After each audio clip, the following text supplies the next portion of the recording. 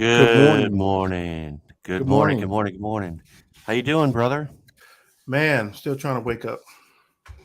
Still trying to wake up, man. I've been working hard.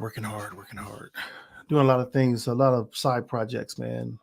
Yeah. I'm trying to stay awake, yeah. A couple of different just marketing things and just Okay. got my brain beat up a little bit. Hey, but now I'll bring it up on the next show.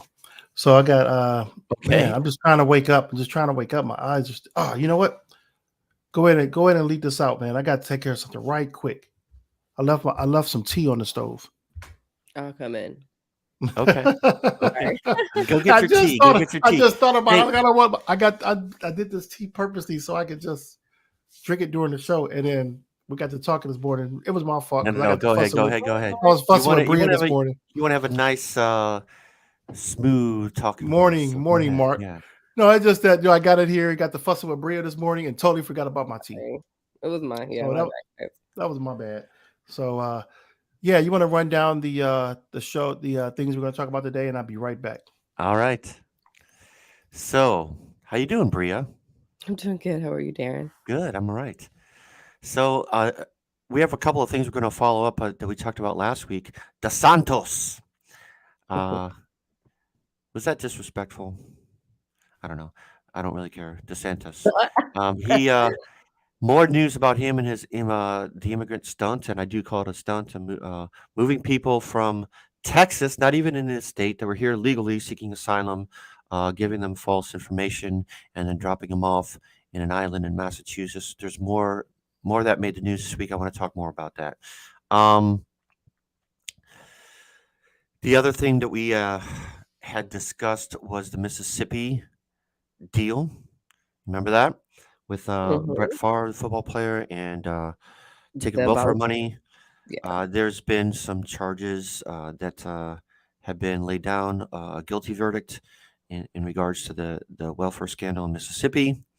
Hmm. Trump, as loath as I hate to say those words, to say that word, Trump, Yeah. um, he has made the news. The charges in New York State have made the news for him. So he is going to be indicted, and we have information about that made the news this week. This week was National Banned Book Week.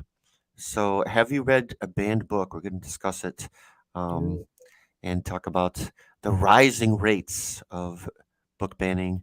And finally, for all those that are overworked this time of year, speaking of work, would you like a 4-day work week? We're going to discuss it. What would I it? would love a four That day Uh, would work be week. beautiful. we got Yeah. 2 votes already. Hey, what do No, you I know? think I would love a 4-day work week. I just feel like so many people that are workaholics would still be working. It would still have a 5-day work week. With the rate of inflation, everyone's gonna work on that fifth Find a day part and time job. overtime. Good Yeah, morning, I Leanne. think Good so. morning, Leanne and Joe. Welcome Hey. to you this morning. Thank you for joining Good us as morning. The always. coffee emoji. So, where would you like to begin? Start from the top, man. Let's Yes. Okay, go so the with New the York orange Attorney straws. General. Here we Mm. go. Going with the orange The complaint demonstrates that Donald Trump falsely inflated his net worth by billions of dollars to unjustly enrich himself and to cheat the system, thereby cheating all of us. He did this with the help of the other defendants, his children, Donald Trump Jr., Ivanka,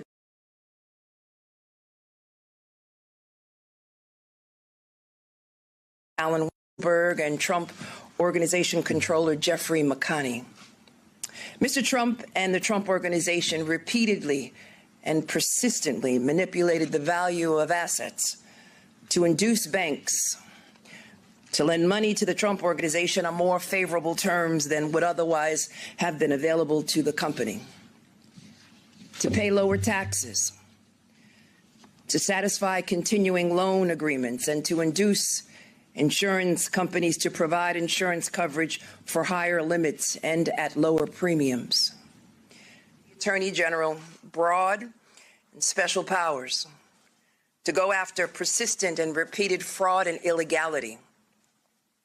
As part of demonstrating illegality under that section of Law 6312, we show that they violated several state criminal laws, including falsifying business records, issuing false financial statements, insurance fraud, and engaging in a conspiracy to commit each of these state law violations. We believe the conduct alleged in this action also violates federal criminal law, including issuing false statements to financial institutions and bank fraud. And we are referring those criminal violations that we've uncovered to the United States Attorney for the Southern District of New York and the Internal Revenue Service.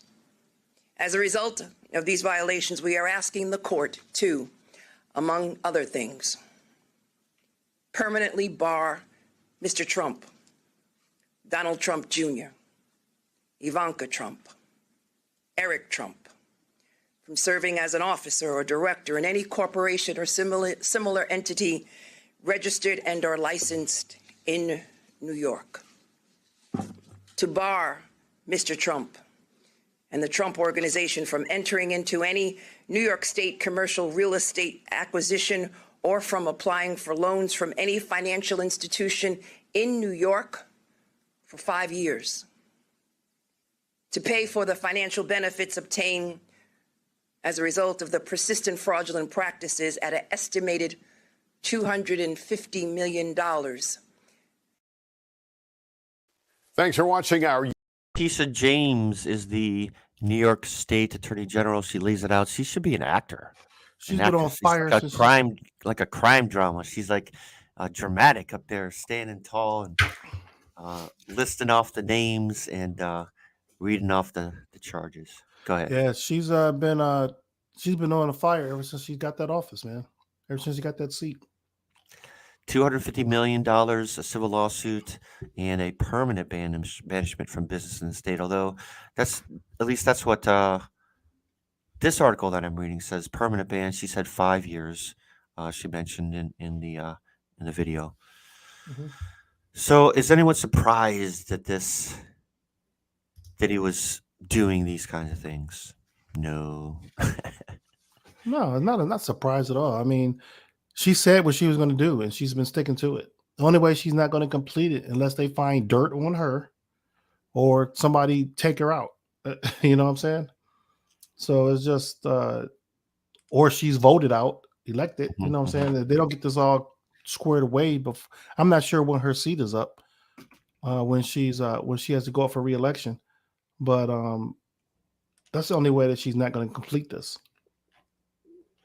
But it looks good, man. When did she come into office? I know she beat Barbara Underwood. Let me see. She came in office 2018. We talked about 2018 earlier, didn't we? That was the 2018 election. That's when things started to change with just different political seats, because there was an overwhelming number of people went out for these women that were running for office. And she was in that group of people that ran for office that started to flip a lot of these seats that's been held for a long time. The former lady Barbara Underwood was there was elected and brought on because of under Kumu. And she's been there since 2007. So think about this, from 2007 to 2018. Mm-hmm. Then she was reappointed in 2011 by was it? Oh no, she was she was Attorney General, but she was a Solicitor General under Kumu, and then got State Attorney's job in 2011. So she went from 2011 to 2018 Underwood before Letitia James beat her out. So again, this doesn't have anything to do with the Mar-a-Lago documents, top secret documents that were seized by the FBI. This is something different from New York State. More legal trouble for the Trump team and the Trump company and their brand. And this, by him moving, have like real having his residency changed to Mar-a-Lago, that doesn't change anything to do with this case, by the way. Let people know that because he moved or still doing business out of Florida, he's still going to be impacted by what happened in New York. He can't run from this. My thing is, why would you run for president knowing you have all this going on? Arrogance, entitlement. He has a base for one. He doesn't feel that he actually did anything wrong. So he could be convicted. He could get convicted. He can get indicted, and he can still run for presidency. That doesn't eliminate him from running for presidency. But why would you run for president? He has a group of supporters who want to see him there. I mean, sexual assault charges didn't stop him. So no. I mean, I feel like they should make some sort of rule, because I mean, at the end of the day, if he does run for president, do you know what that makes us look like? It makes us as a country, we look like even more of a joke. Like, I mean, we don't look no more. It doesn't look any worse than news. We looked like a joke in 2016. Oh, of course. In my opinion, I absolutely agree. But I feel like, I mean, you would think that, I mean, there must be a way to not go through this again. This is just a lot. Go ahead, Lamar. You started saying something. No, it was just that we were saying compared to him being a joke, but people will vote for who we allow them to vote for. We put people in position to do this. I mean, Putin was a murderer. You know what I'm saying? He's killed people with his bare hands, and he still became president of Russia because that's what they wanted. They wanted that type of leader. Well, he said not only that, he kind of took over. He kind of took over because their election process was more, what is it? It wasn't it's not like they just have a free will to vote like we do over here. They basically put him in position. He took that ownership of that position. Well, I think that's a separate story. That Putin in Russia, the election process there is rife with fraud and unlegitimacy. I would say. Didn't he win some sort of 80% of the vote or something, which is almost that right there should be a red flag about. Yeah, but people were in place to allow that to happen. Is what I'm saying. There are people there in place, and there's people in that country that accept it. Just like there was people with the draft they have over there now. There's people that's in agreement, and then those who don't. So if you have supporters, you can get away with a whole lot. If he didn't have supporters at all, he couldn't hold that position too long. So are these charges going to go back to the issue at hand? Are these charges going to stick? Are they going to be? Does this have legs? Is it going to matter? Yes. So I'm looking. What do you think? And so it's a criminal lawsuit, and it's a criminal case. So they would have to prove. Obviously, you have to prove that he did this intentionally, like he intended to commit this crime, like it wasn't unintentional. But then you have to deal with, jurors that he was president, so you have to deal with jurors who are supporters of him and judges and I'm reading here, and it says that it says jurors will only need to be persuaded that he more likely committed this and that the wrongdoing occurred, but it'll also make judges and jurors take pause because he was the former leader of the country. So it's kind of like the prospects of him being behind bars is slim, basically. I don't think he's going to end up with any jail time. Oh no, he probably won't do jail time. It's just a civil suit. It's they're taking money from him. Yep. But more than anything, it's his ability to do business. That's what's going to hurt him. I mean, that's what's going to hurt him. That's what he's going to care about. Yeah, the money that he can make in New York, that he can make in New York versus Florida is a big difference. I mean, that's New York is our country's business district, basically. And he's not going to like being kicked out of New York. That's for sure. Yeah. See, that's why he moved. That's why he moved, though. He moved to get a head start because he knew this was coming down the pipe. Oh, so they're okay. So okay, never mind. I'm sorry, guys. John says, are they not building a criminal how he spends his money in New York? He has to report how he spends his money. Go ahead. It says here they're mounting a criminal fraud case against him too. No. Yeah, but he probably won't go to jail or any of that. But the one that Letitia James is pushing for A lot, yeah. this is going to be a civil case.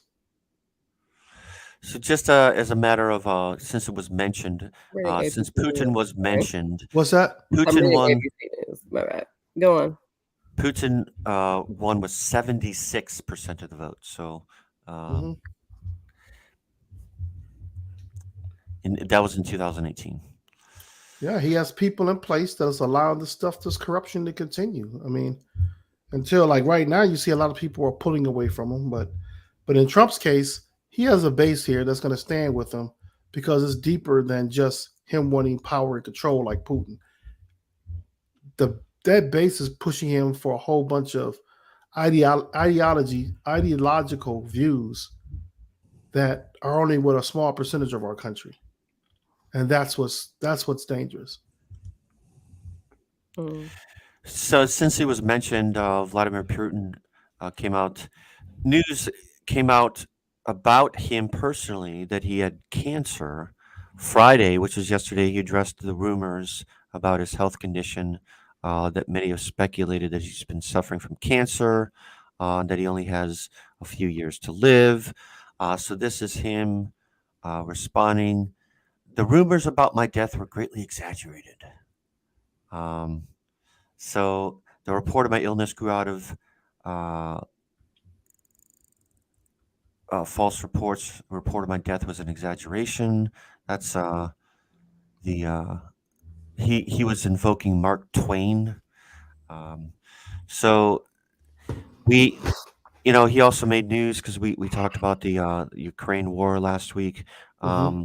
Ukraine forces have been advancing and retaking towns and villages and cities that the Russian military has left behind. The Russia's trying to keep on to a portion of the eastern provinces of Ukraine. They forced some kind of election, or was going to try and force an election in the eastern part of the country to try and annex part of Ukraine so they can salvage something from this military operation.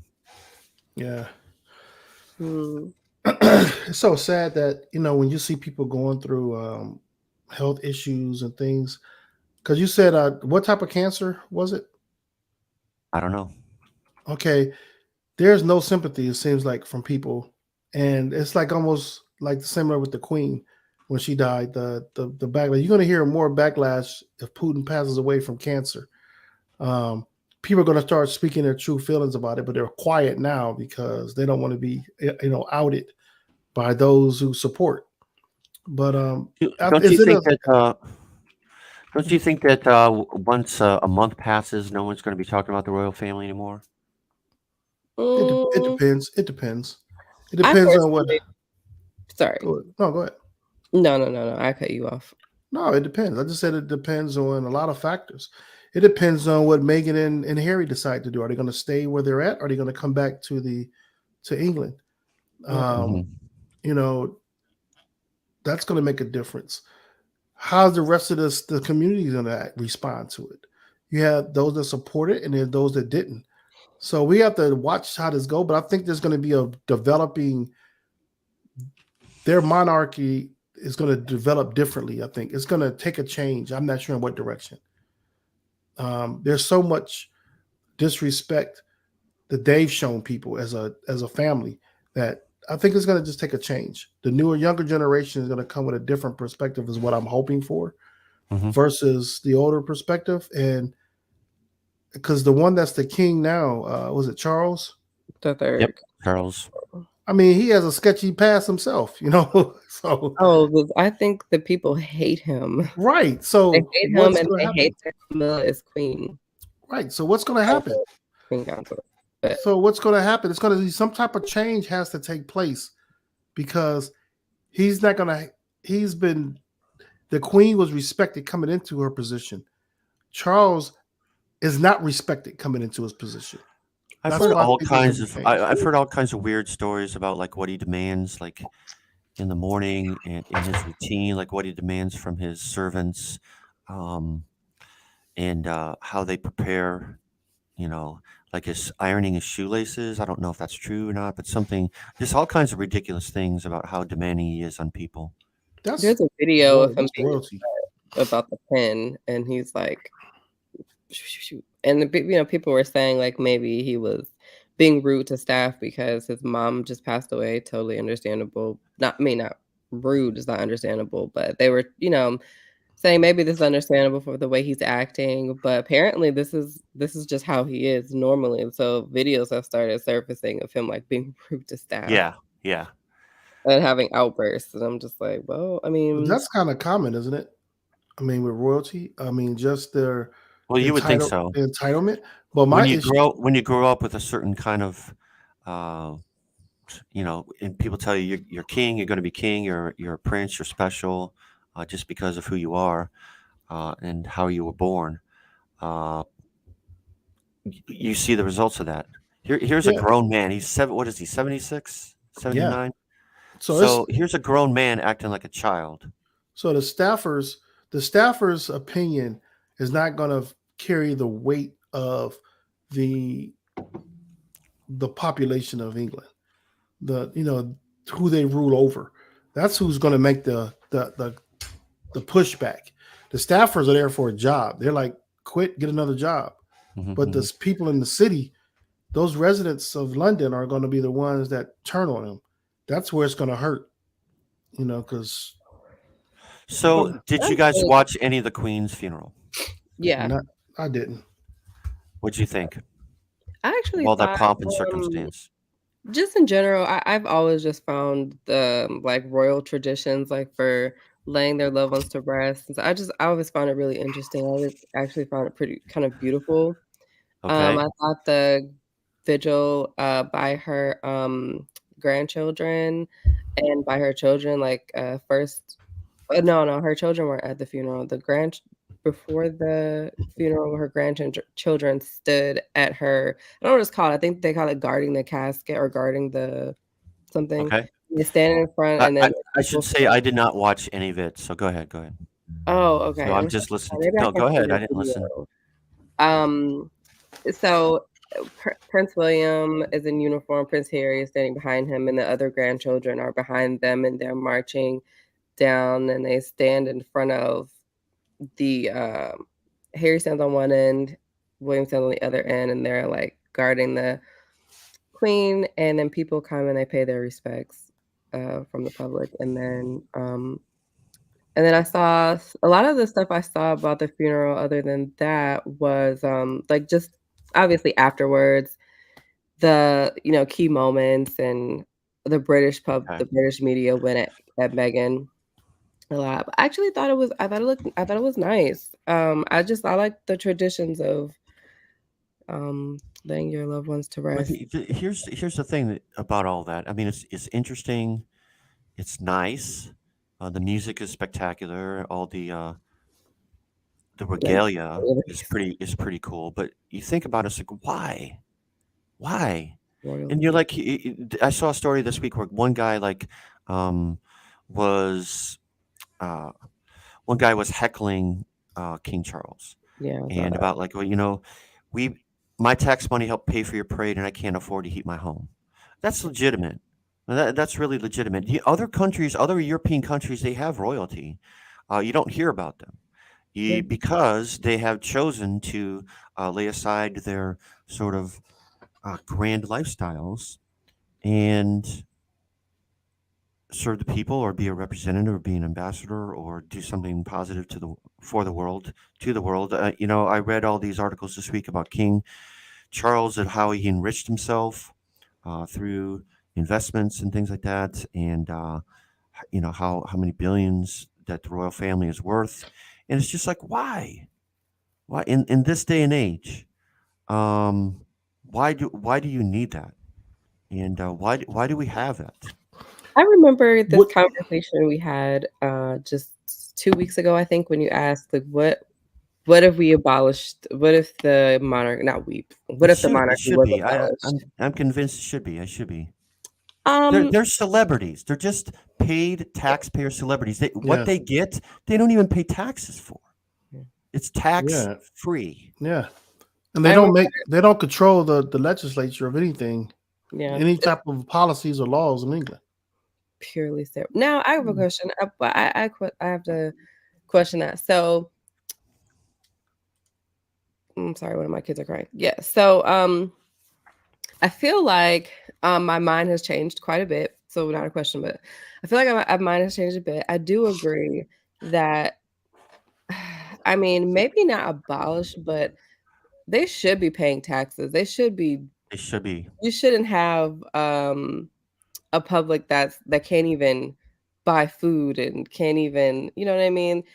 You can't survive, and you have this massive palace with these people who are just ceremonial figures, like they Yes. don't do Yeah. anything.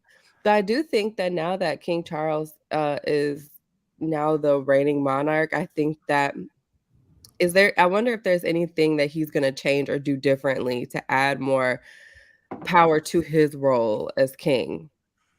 We're in I don't know. 2022, it's not the dark ages, like I don't you know if he can. I don't know if he can unless he requests it or if Parliament decides to allow him to do that. Yeah, I was looking at that, and I'm wondering, I don't know, I'm just wondering what he's gonna do differently. Is he gonna have more of a role in what goes on, to have more of a say over the prime minister? Like, is that are they gonna you know what I mean? I I don't feel know. like with men, Maybe, I don't there's know. always a Well, battle of there's always a power struggle with men. I wonder if anything is gonna change. Who is the prime minister, actually? I well, they couldn't just even. elected a new one a few weeks ago. Oh, They it's a picked a new woman. prime minister. Yeah, The woman. it's a woman. I Oh, forgot. Liz Her name. Truss. She She's put out a, Boris. I think she's a conservative.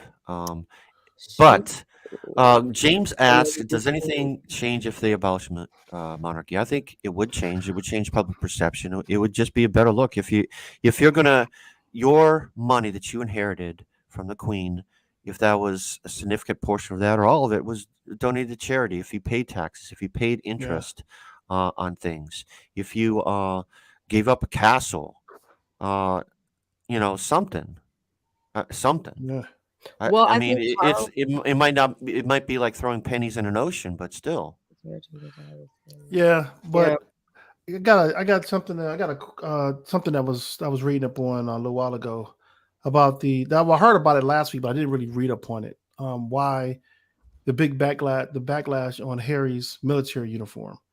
Oh, he's missing Um, it. yeah, because they said that it's only those who are current members of the armed forces are allowed to have it. Well, didn't he serve in the military? He's not current though. What's crazy is he really, really served in the military, like Right. for real. He's Right. probably like the William most. Didn't he go to Charles didn't. Afghanistan? Yeah, He was twice. in I war. think he did 2 tours. But my thing is that if they needed help and there was no one else to help in the royal family and it was just all of them and it was just them without security, Harry would probably be the one. Yeah. Well, I mean, He would I don't step think he in. was.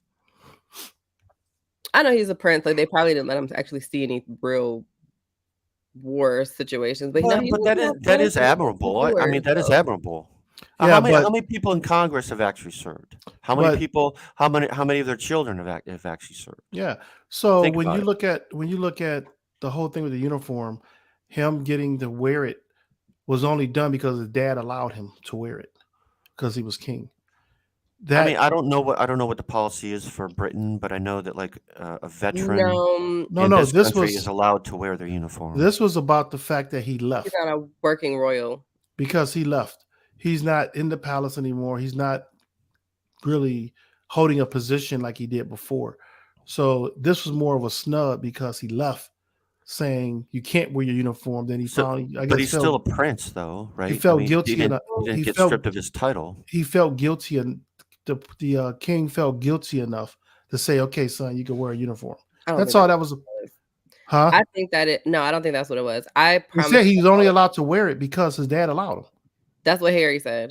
No, that's what's being Yeah, proposed. no, I I think. think this It's a because lot to of do about public nothing. He can perception. wear a uniform, as far as I think that it's the public perception. concerned. I think that he didn't want to be in his first, his first time as king, and then his son not wearing the uniform. I think that there Right. was a lot of backlash. I don't think it was guilt at all. I think it was all about That the wasn't guilt. no, I don't think so. Absolutely not. He Okay. left the royal family. Harry and Meghan are like really disliked right now. Right. And you can see the tension in the there. Obviously, everyone wants to be a body expert these days, but Body Yeah. language. body Yeah. language expert, yeah. But no, like apparently there was a lot of tension. You could see it, but at the Yeah. same time, I don't think that he allowed him to wear it because he felt bad for his son.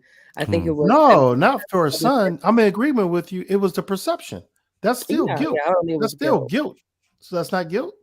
No, I think that he has to be popular with the people, and I think that those who do support Meghan and Harry right now, I think it would have been even bigger if he didn't wear his uniform at all. I think Oh, that it would yeah, have I been agree. terrible. But I also feel like he's not a working royal. That's what it comes down to. I Yeah. actually admire Harry and Meghan more than anyone else in the royal I do family too. because they were not afraid to come out and talk about difficult things and the racism that exists, Yeah. and to call it out and to say, hey, this is what it's like here, and this is the attitude that people have, and I don't want to be a part of it. Yeah. I And feel they like moved for that away. reason alone. I admire them for that. Okay. Well, But back to, I mean, you ask about what the cancer was for Putin.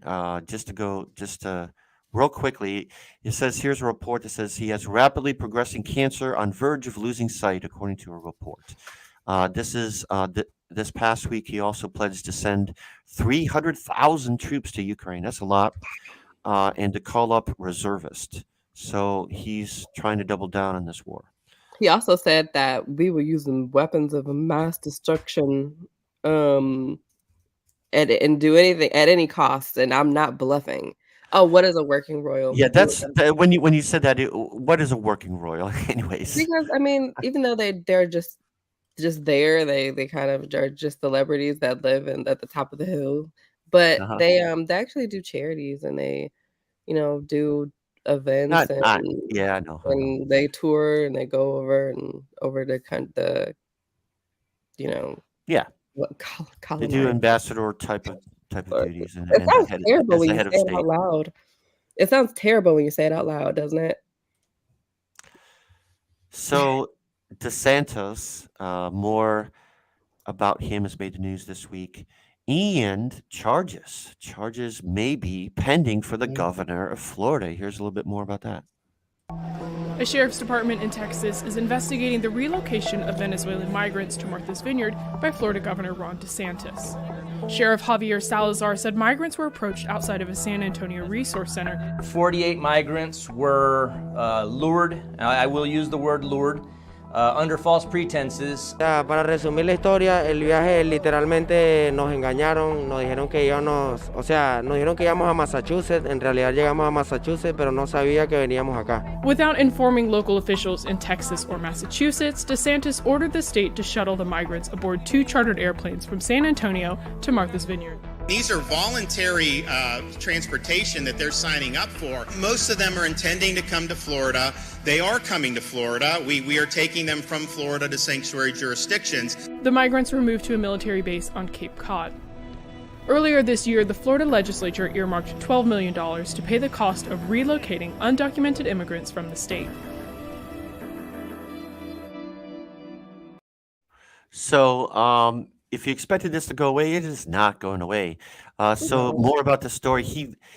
He has people on the ground in places like Texas evaluating migrants and saying that statistically a lot of these people end up in Florida. And so he's taking the initiative of moving these people who he thinks are going to end up in Florida to a different state.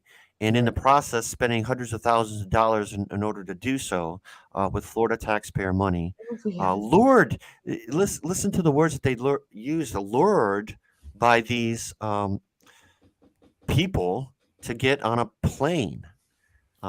Isn't this human trafficking? Well, Question mark. Is this human trafficking? Yes, in my opinion. It looks very similar.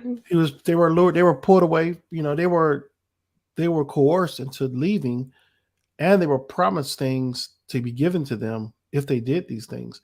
That's just like telling a person, I can help you make millions doing this. Come work for me, and you have them in a sex slave trade.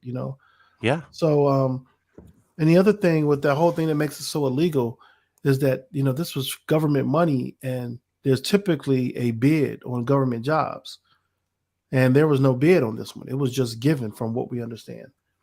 So that's one of the lawsuits that are coming out, is how they conducted this business. Was it Jason Pizzo? He's a state senator there. He's the one that's pushing through the charges for this the program to fly migrants to other states. I mean, that program is literally there, but how this was done was not done in an appropriate way. They have a border patrol and an immigration policy in place to do some of the things that they're trying to do. It's how they went about it that was done wrong. Oh, go ahead there, John. John has a big comment here. Politicians in general have gone wild. Yeah. That could be like a reality daily TV show, like a half hour. Politicians gone wild. Governors gone wild. That should be a new video, right? I mean, they could definitely do a collage. A reality series hosted by John Stahl. And another unintended consequence. That's what I always say. Before Trump, like the politics in this country used to be serious at the very, you know what I mean? It used to be taken seriously. This would never have happened if Trump had never, been president. Never, nothing like this. I think it was such an obvious publicity stunt. Trump actually running was a good thing. How was? Hear me out. I didn't say he was a good president or he was good for our country. Him being president was a good thing in so many ways because it exposed so many things. It allowed, because prior to that, the same dirt was happening and no one was saying anything because it was done within the legal parts of the law. Things were being done. Now things are being exposed. Because people hate Trump so much, it make people get off their butts and research. It make people get off their butts and get involved. If Trump wasn't involved, you wouldn't have Letitia James suing him probably. You know what I'm saying? Making him come in, allowing him to be in office. The only difference is that's so disappointing is that so many people support him. And those who know the supporters, it took them all this time to after Biden was elected for them to finally speak up. So many people are breaking away. And one of the primary people that irks me the most was Liz Cheney. She's doing a great thing now, but look how many things she voted for that policy that Trump was pushing through. These people had to go so far in deep to say, this isn't right. Now look at all the people that support him over the time. DeSantos, he's like pulling away from Trump, but he has the same policies. You know what I'm saying? He believes it, but he knows law. He's a politician. That's the difference. I don't know if he knows law, but he I'm gonna say law, but he's a politician.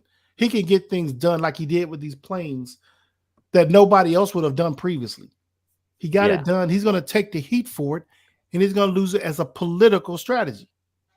So I just got to say, just as a side note here, who is that profile picture, John, on your profile? It keeps coming up with your comments. That's not you, buddy. That's the quarterback for the Dallas Cowboys, isn't it? Who is it? What's the name? Rush. John. Is John a Cowboy fan? Oh, yeah. I don't know. They have a new. So Dak Prescott is benched. Oh, he's hurt. He's hurt. Okay. Yeah. Anyways, I was like, who the heck is that? Yeah, Help me out, man. I'm almost sure that's the Cowboys quarterback, and John Stahl's a big fan. Okay, he's a Cowboy fan. Going back to this, I just can't believe that we've gotten to a point where we are willing to take people.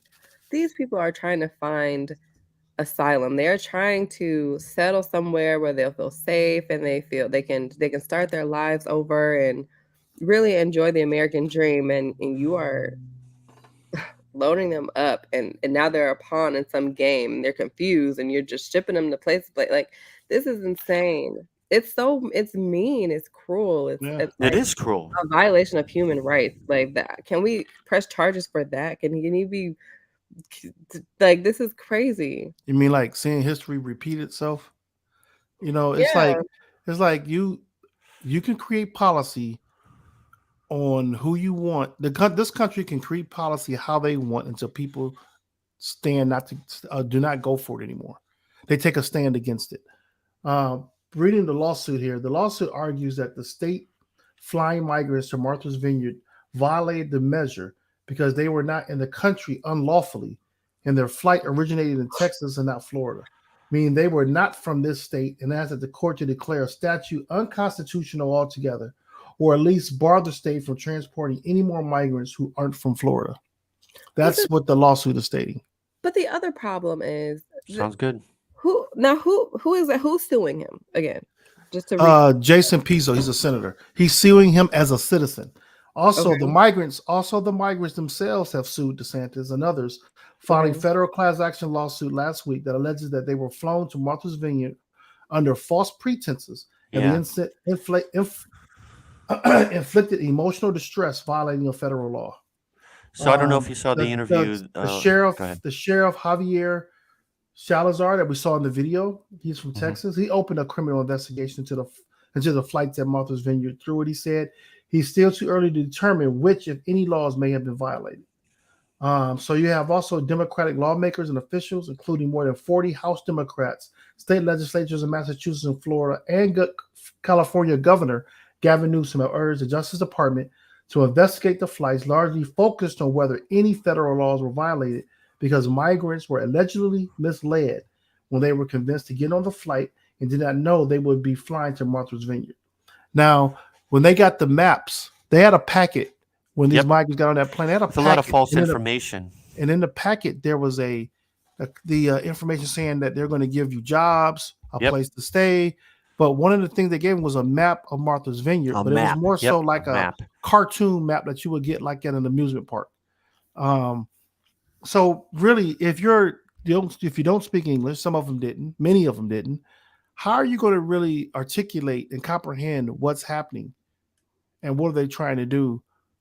So it was a lot of confusion, and think about it. If you was to do this legally, there would probably have been someone to sit down and really give you some type of counseling on what's about to happen and give you a choice to make, instead of making it seem like I'm giving you candy and cake.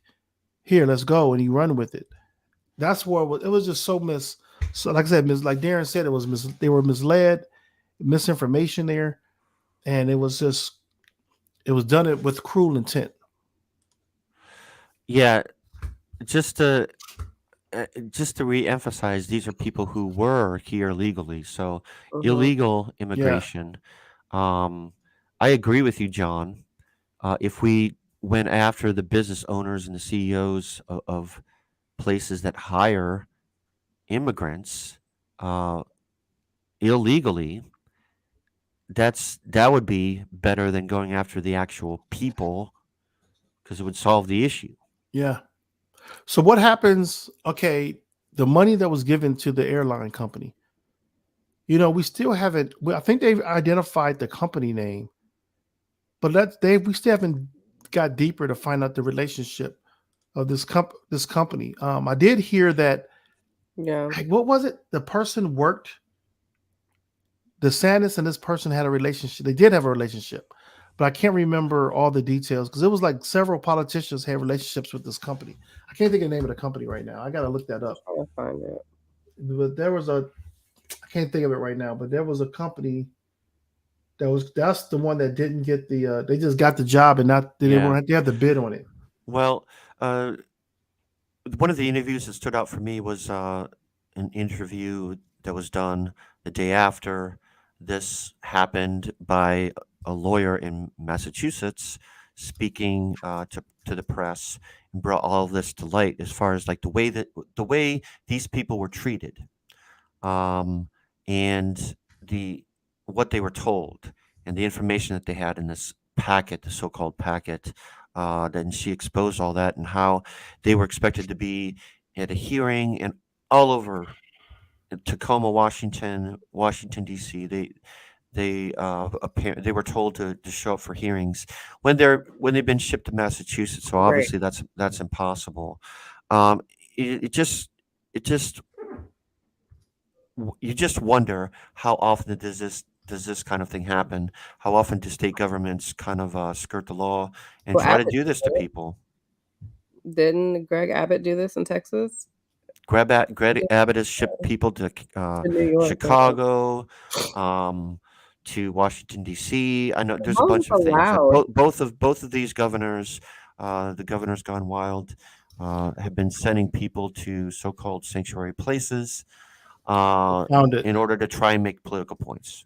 Go ahead. I just posted the comment of the company here. This is the company that flew the migrants. Oregon. They're based out of Oregon, and they did have connections to not only DeSantos but other allies. So that I knew there was a connection there. I couldn't remember, but they did. You know what pisses me off about these type of statements? They say political allies. Like whom? Who are the allies that this company contributed to? So we'll know who these people are, so we can target them next to get them out of office. Mm-hmm.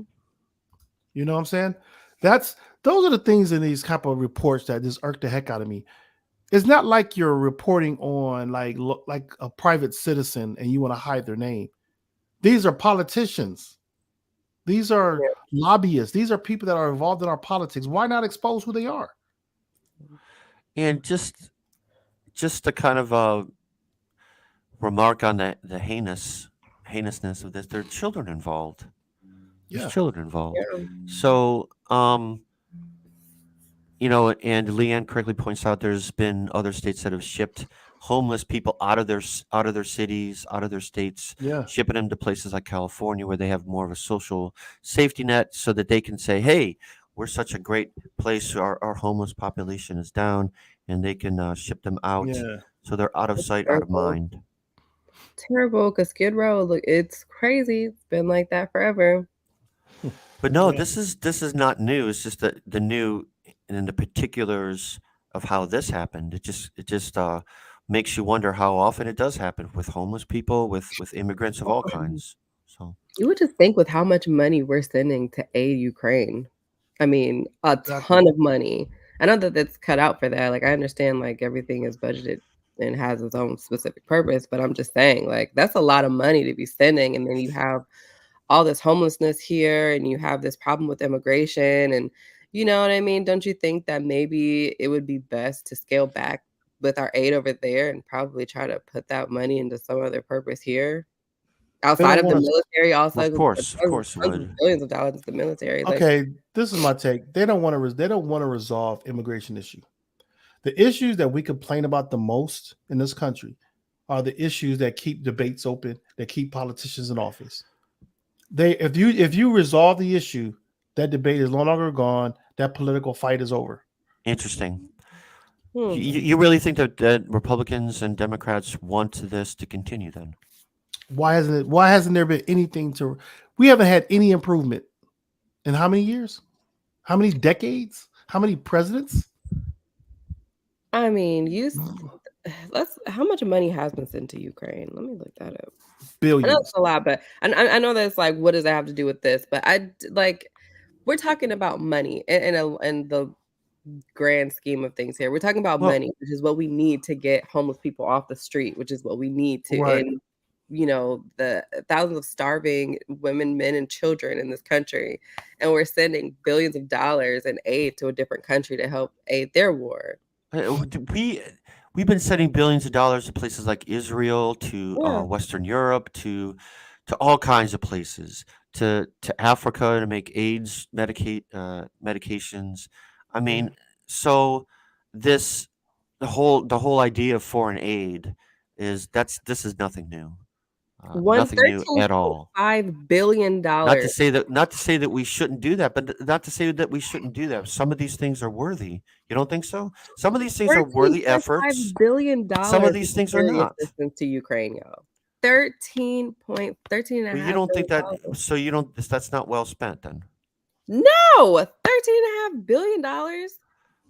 I don't. In the grand scheme of things, of the budget of the United States of America, It's not a lot.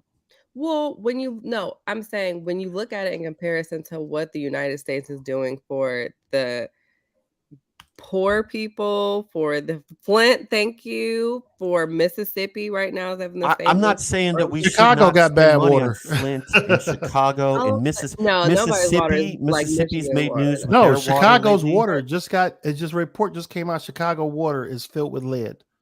It just came out this week, earlier this week. Mississippi had one too, 2 weeks ago, yeah. Yeah. Yep.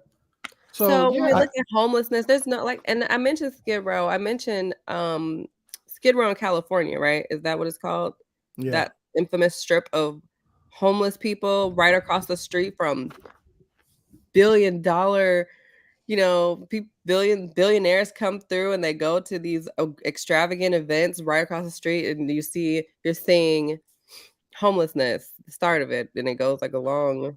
But all I'm saying is like, when you look at how long that's been there, my whole life, your whole life, right?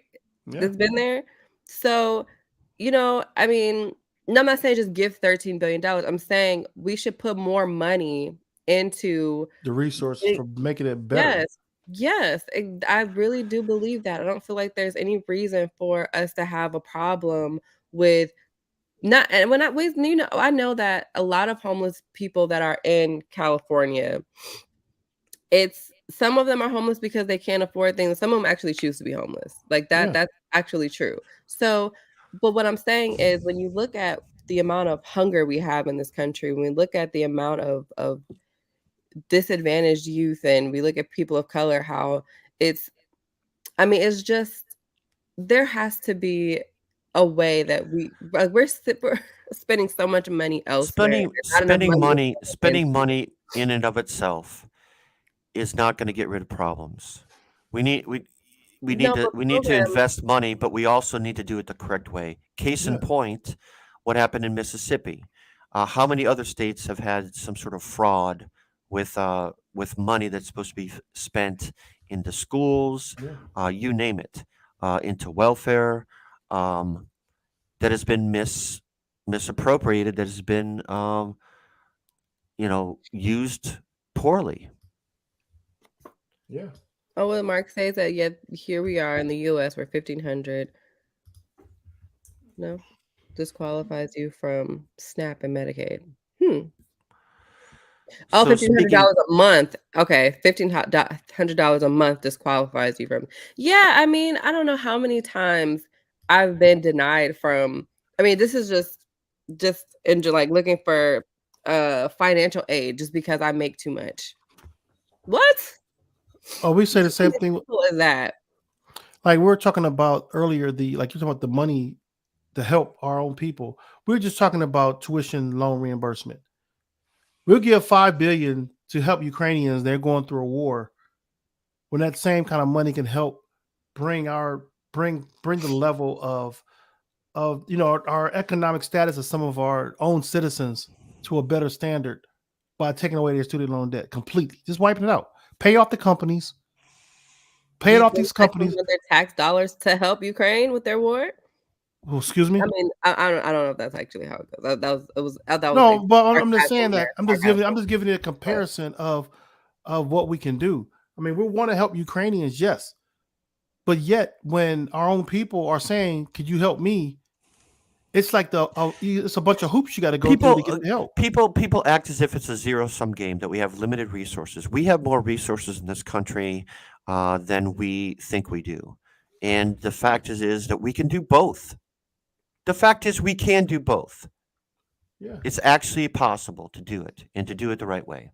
But John here, I highlighted this, his comment, because I think it's significant. Do you think Texas and places like Texas would send their tax dollars to help, for example, California homeless problem? Absolutely not. Do you know why? Because in this country, we have been pitted against each other, and we call places like Chicago, and it started with Trump, as we're saying. We're dividing ourselves against each other. Well, these liberal places, these blue cities that are run by Democrats, and these places like Mississippi, Alabama, that are run by Republicans, and then we like to list a whole bunch of vices that we have in different states and different cities around this country, and we won't help each other. Yeah, We won't help each other. We don't think of them as Americans. We think of them as Texans or yeah, Californians. Oh, they made their own bed, right? yeah. Well, where's a sort of shared sense of patriotism? We talk about patriotism. Why shouldn't we want to help Massachusetts? Why shouldn't we want to help Alabama or Mississippi with their water problem? Why shouldn't we want to help Flint, Michigan? Why shouldn't we want to help the wildfires in California? What would you say? Oh, they should, they should have raked their forest and so to make sure that this doesn't happen. Yeah. I mean, come on. Where's the shared sense of that we're, when a hurricane comes to Virginia or North Carolina or New Orleans, that we help each other out? When you look at other countries and you look at the unity that other countries have, like they might, of course, they have their own, internal Yeah. divisions, but at the same time, when we look at some other countries, when we look at them, they look unified on the outside. I feel like to other countries in the world, we look divided. Yeah. We look like we don't get along. We're We more look like divided than fighting we all ever the have time. been in my lifetime that I remember. Really? I think it's just open. Yes. I don't think so. I When think when it's always been like this. Jim It's always Crow? been when like this. It's Literally always divided. in my lifetime, it's always been like this. It's just that now that everything is exposed. in my lifetime, In your you don't think lifetime. so? No, it's exposed No. now. It's You don't think exposed. black and white you don't think that Okay. racism thing has been a division of I It think that's has been, the but biggest now it's out in the open and people are exacerbating it. Well, one thing for The sure. black people was always No, think about this. Oh, Think no, about help this. me out. Educate me Think ab- then. no, think about this. You're okay. It's You would exposed. say that we are not as divided. You would say that let's say 2001 after Let 9/11. me. I was going to give you an Uh, example. in, The in 1991 when in the invasion of Iraq, everyone is waving flags. In the 70s with the Iran when Iran kidnapped our journalist and held him prisoner for a year or whatever it was. There's a lot of sense. There's a sense of unity, and if something like that happened nowadays, we would blame definitely each not, other for Don. it. We'd point Sorry. each other. We'd What? point fingers at each other. We'd say, "Oh, that's the Democrats' fault. That's the no, Republicans' fault." I think that people of color in this country, no matter or it just people of other ethnicities, looked at it like with two sides. They're Americans, yes. So they support to a certain extent, but they're on this other side saying, if we keep our nose out of folks' business, this won't happen. There's a lot of two-sided conversation that happen because we are citizens. So, but the difference is that over the last 10 years, I'll say since Obama was in office, you have the white community that has been split, that's divided. The other ethnicities have always saw what was going on. It's the majority of Okay, the that's white legitimate. community. That's That's legitimate. Okay. the white And community in sorry, America. Think about things that you thought were okay. I'm gonna say you in particular, but some white people thought were okay are now. I'm not saying that things weren't. I'm not saying that things were okay. Okay. I'm just saying my case is that we are more divided than ever. We're in my divided. lifetime. We're I'm 52 divided. years old. We're divided now. 1970, I was born. You see the division now Nina because Simone, so many in the white community are divided Nina over Simone. issues. I, There's so many. Think like I said, I use George Floyd. what did they say when it's like Russia invades Ukraine? Oh, it's Biden's fault. Biden had nothing to do with that. Oh, what did they say? What did they say when Who COVID are happened? they? Oh, Who are they? Oh, it's Who- Trump's fault. Or who are if they? Biden had been president, not as many people would have died. That might be true, but like we're blaming each other We were Put for this in things. perspective for We're you. blaming each other for things that are beyond our control.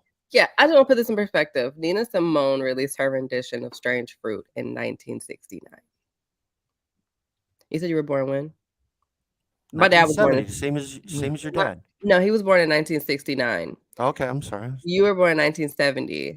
Nina right. Simone released Strange Fruit, which was the song was about lynchings in the South. Yes, it was. I think that is a pretty good picture of division. Like, I feel like that's a pretty good picture of what it was looking like, Okay.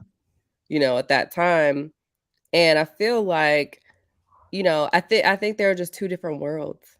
I think there were just two different worlds, Well, now Someone that didn't touch You're correct. You're This correct, is Bria. an It was two interesting different. conversation. It was two different worlds, but the division Darren is saying now, part of that other world is now split.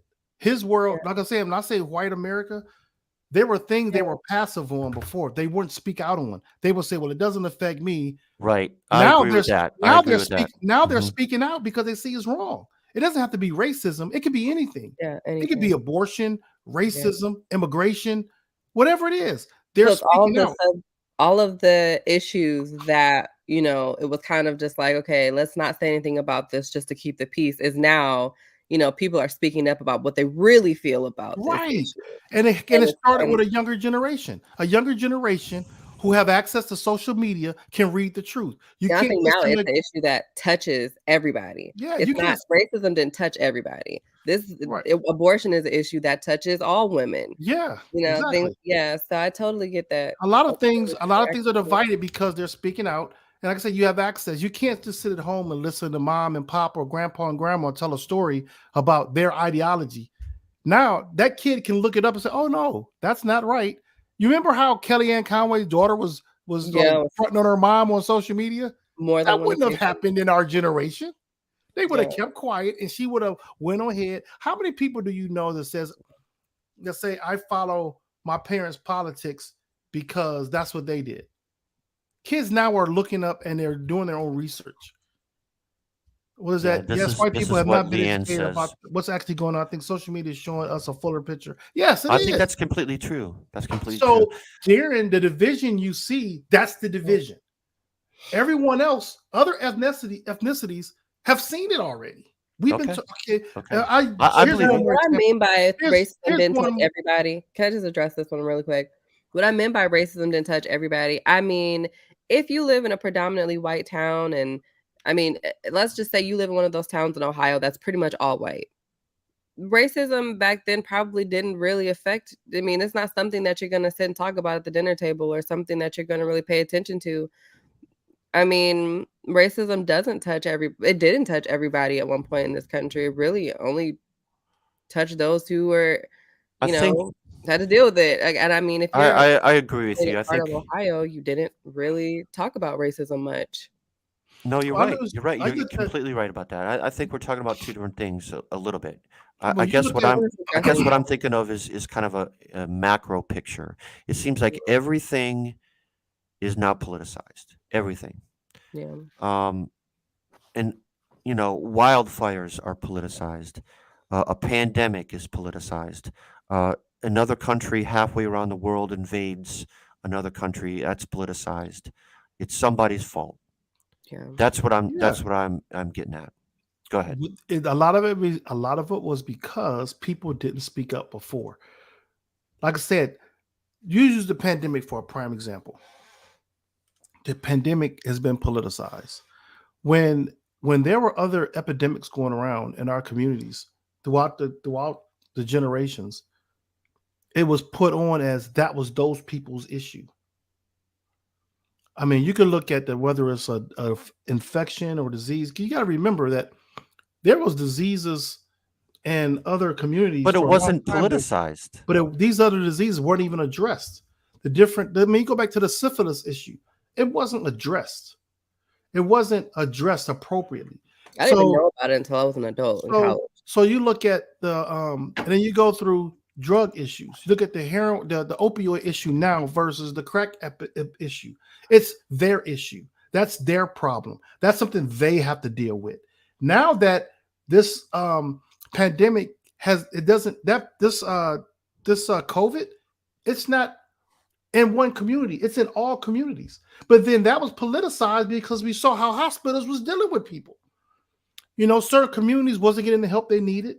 Some people who couldn't get the vaccine, comparing where they had to live, had to stand in long lines. There's so many things that were politicized because now people are bringing out the issues where before people wouldn't talk about it.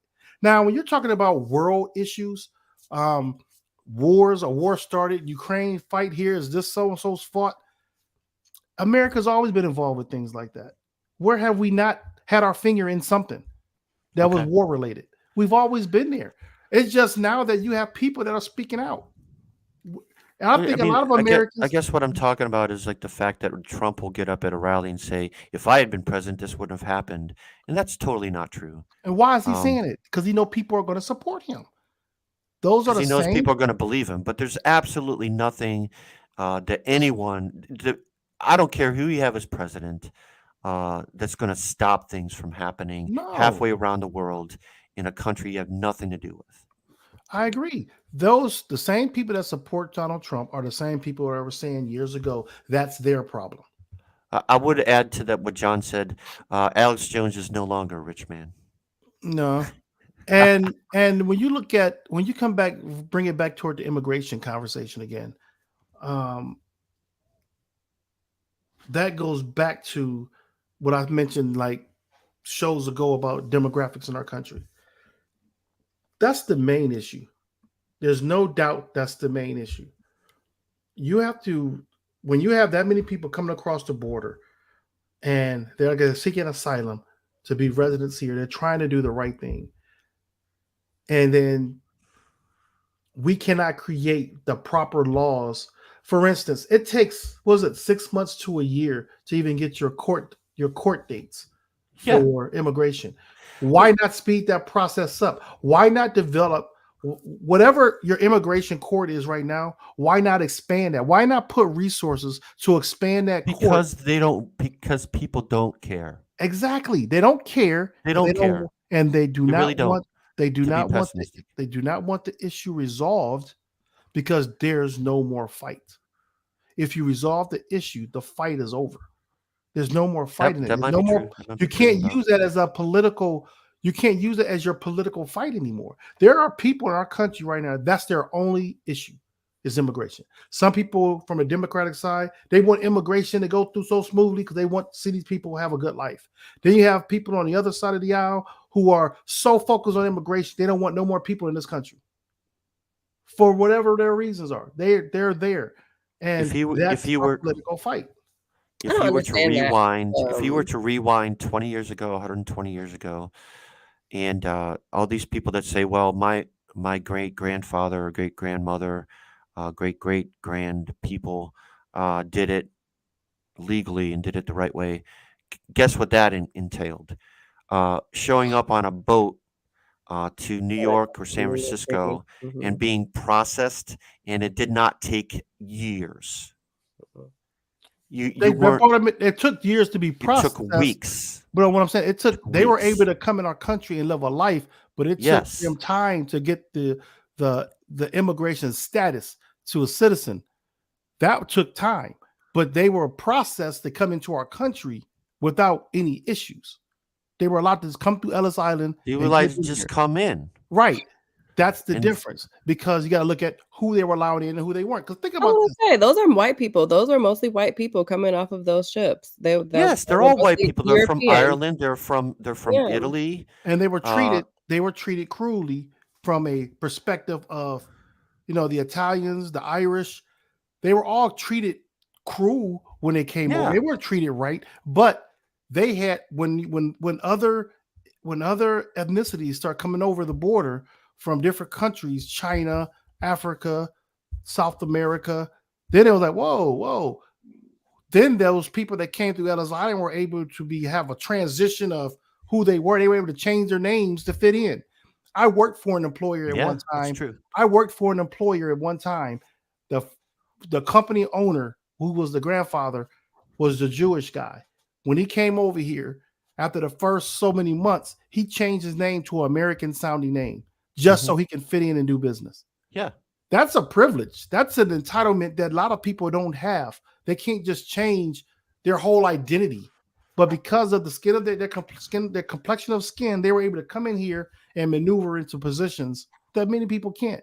So when you look at these people coming across the southern border, they're coming over as is, and they can't just come in here and just say, well, I can change my name to fit in. Now, I do say you have seen it takes a legal procedure to do that. So, but you've seen somebody has to help them out. You have seen people who've taken their skin complexion and use it as an entitlement that are Hispanic, that look like they're white, that look like they're white, but they're Hispanic. I've seen that happen. I've seen that happen right here in Texas. If know you what I'm know saying? the comedian So- Amanda Seales. Oh, you weren't. Go ahead. No, I'm saying they will completely work on their accent to sound more American, so that they There's can some fit. So there's this is not just here in our country. This is like all over the world. This happens. Yeah. So we have to Amanda look at Seals. how do we. She made a point. She said that the goalpost for whiteness moves. So she made a point to that. You know, you just said you know, Irish and Italian people were not treated the same as whiter, you know. Yeah. But the point she made was the goalpost for that moves when you start to have African people coming into the country, Hispanic people coming into the country. So then it's like oh wait, you are Asian right. people. You're with us. You know, Right. and that's what she constantly makes that point. White supremacy, the goalpost moves constantly, and it's all over the world. It's all over the world because there was times when Greek people were not considered white. Now they are. Now they are. Yeah. So That's a good point. Yeah. Well, there's a lot of good comments going on online and good discussion there. It's hard to keep up with, so we'll keep it up there. So that's where people stand up and speak out, like we're doing now in our country. I mean, like we were talking about divided, Darren. Our show has created division at times. But I mean, we've had debates with people on this show, and this is something that we couldn't have done had this kind of conversation years past. Okay. Until it was more exposure to what was happening, and we started That's the true. show, if you remember, after George Floyd died. Yep. I still, to the bottom of my heart, feels that George Floyd's killer would not have been convicted if it wasn't not for the fact that so many white people were against it. It wasn't just the attention. It was so many white people were against that killing. They were able to use their voice. They marched. They protested. They were hand in hand with other people of color to say this wasn't right. And also, the other point was that having a seat at the table makes a difference. Keith Ellis was the attorney general in New York.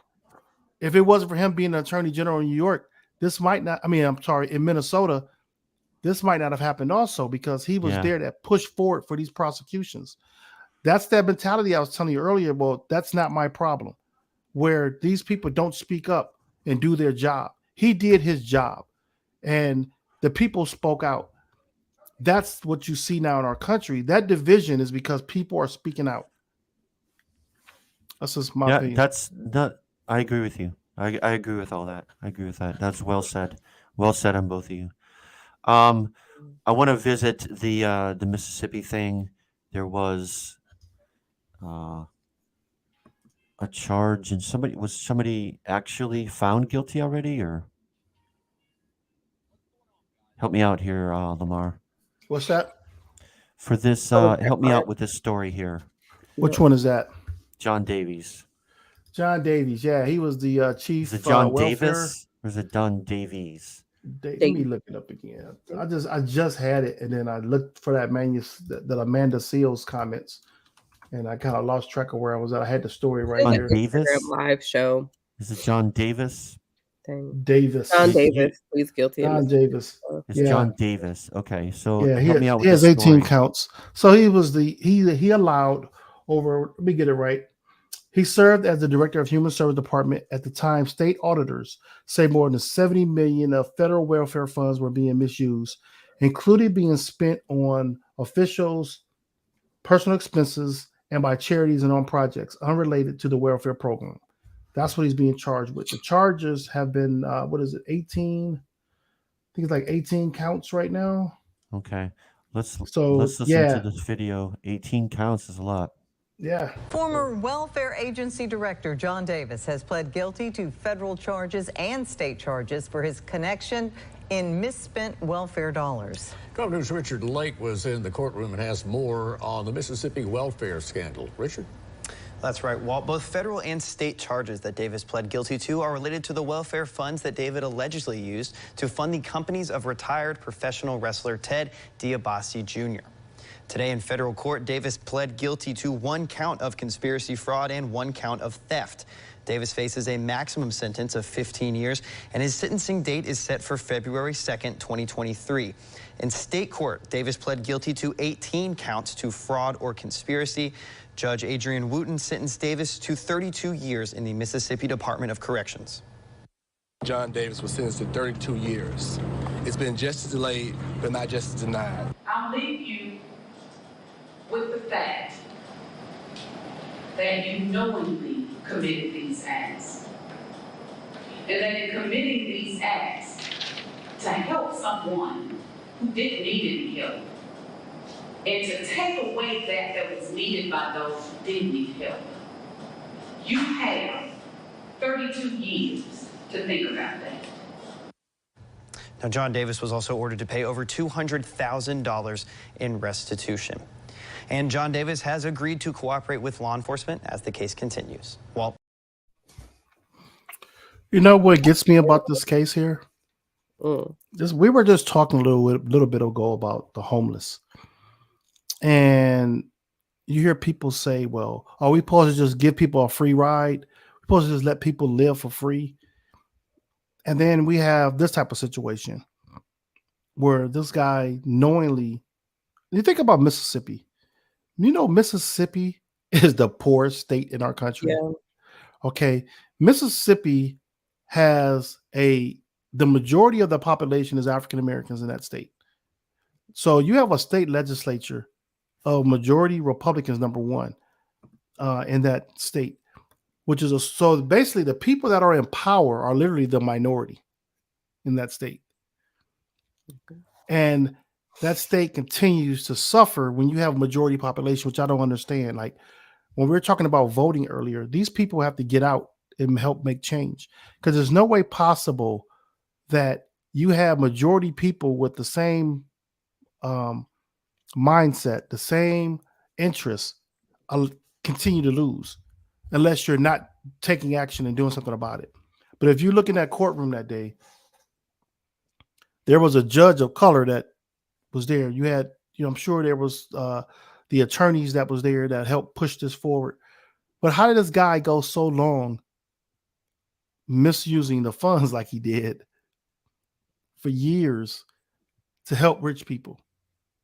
That's what's so disgusting. Crazy. Like it makes me just feel to just take money. I mean, you're using welfare money. That money is used to help people. Yeah. You're taking that money, you're giving it to somebody who already has millions of dollars. Yeah. You're getting somebody else a millionaire even richer with that money. That is just very Now I was really hard, huh? Did she sentence him to 32 years in prison? Yeah, 32 years. Whew. Now where did that comment go? I was pretty hard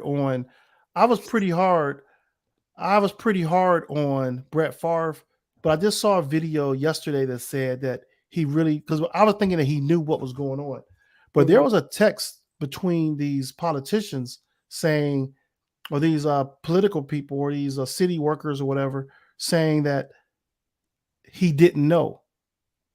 So I was back and forth on that I was just looking at the fact he was rich, making his money off of these people. But maybe he didn't know, but I do feel like back to why do they need back to what you were saying last week, why does this team need a volleyball? Well, that was just one piece of it. That was just for Brett Favre's piece. What was it all for? Well, a lot of times Brett people Favre was a part of that, but this guy that got sentenced 32 years had a multitude of other things. Yeah, right? $70 million worth of money. Yeah. Brett Favre got like about 5 million something. But the thing with him was that they was getting a gym built, a volleyball gym built in his name, basically, because he used to go to that school. That was he was an alumni of Southern Mississippi University. So that's what that was about. But the money came from this fund of money that should have been going to the people. And so I can see how he didn't know, but So I was just trying to look up, because I just saw last night that he didn't know where the money came from. And I didn't realize, I saw it was a text message it was a voicemail that read out the guy saying, he doesn't know. But it's You don't something think you would look into something like that before continuing with such a large amount of money? some more stuff is going to continue to come out. I'm looking at a video now. I'm looking at the details of a video now, trying to get some information there. But more and more details are going to come out about this because, again, you get. So I want to see what this video says. I haven't looked at it yet. So I'm waiting to see if he didn't know. I'm looking online. They're just showing the guy that's I'm doing it here. But what's the next one? Let's go to the next one because we'll be all day trying to research. We know that's like John Stahl said that was the fall guy. That may be true, John, but we'll see if any more people are going to fall. 30. He has to be the fall guy. He's got to be a scapegoat because you got to think he can't be the only one involved. That's $70 million. Right. That's when some more. I think some more names are going to drop. Going to drop after this. 32 years. He's in there for the rest of his life. Or he's worried, or he could be the person that if he speaks too much, he could be eliminated in prison. But imagine that picture though. This black judge in Mississippi sentencing this rich white man and his two attorneys. You mean she's sentencing him to 32 years. Just like looking at that picture was just in Mississippi is just wild to me. But yeah, I think that some more is going to come out on this. I don't think this is going to be pushed up. Not as a good thing or a bad thing. I'm just saying it's like whoa. There's some more going to come out of this, but what's going to happen to the money that these people are supposed to get? They're supposed to go to deserving people who underserved communities. Is that going to be money that's paid back by these different people? The 70 million, where is it going to come from is what I'm saying. I'm sure he's going to come.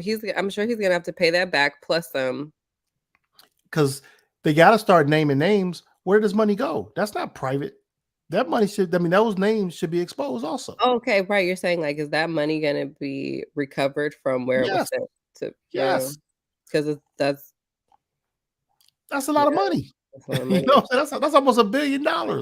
So where is that money? I mean, think about the ramifications of that. This is Mississippi. That's almost $100 million. I'm sorry. Yeah.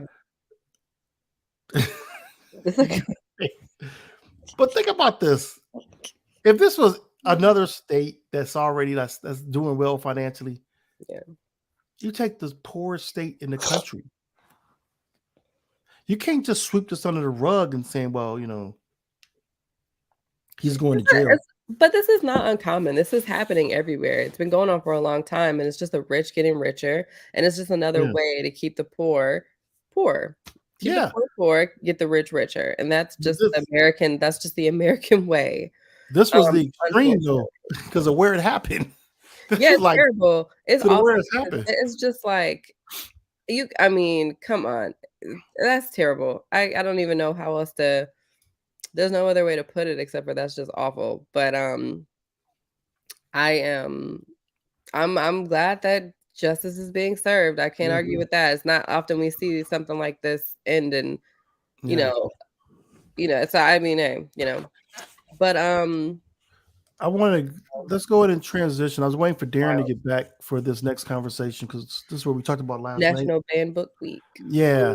And I wanted him to lead off into that because he brought the story to us for today. And go ahead, Darren.